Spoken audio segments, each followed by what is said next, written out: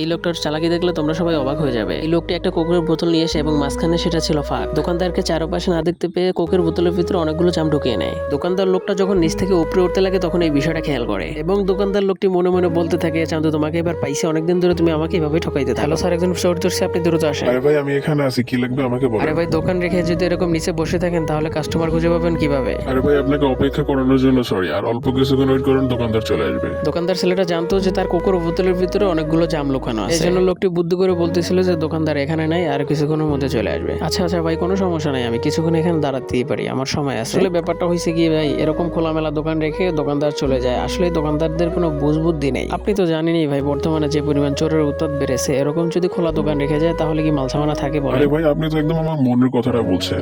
বর্তমানে যে অবস্থা তাতে কিছুই ঠিক মতো থাকে না। একদম সত্য কথাটা কিভাবে বললেন, চিন্তা নাই, আর অল্প কিছুক্ষণ অপেক্ষা করেন, দেখবেন দোকানদার চলে আরে আসবে। বন্ধুরা, তোমরা এটা নেক্সট পার্ট দেখার জন্য অবশ্যই কমেন্ট করো, লোকটা কি ধরা খেলো নাকি ধরা খেলো না।